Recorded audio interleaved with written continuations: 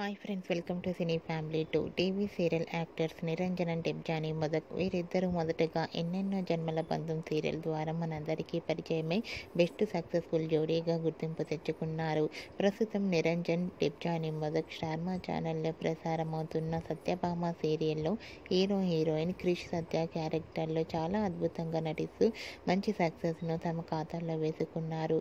అయితే రీసెంట్గా Satyabhama serial heroine Satya and Krish shooting location latest ఫొటోస్ను షేర్ చేశారు.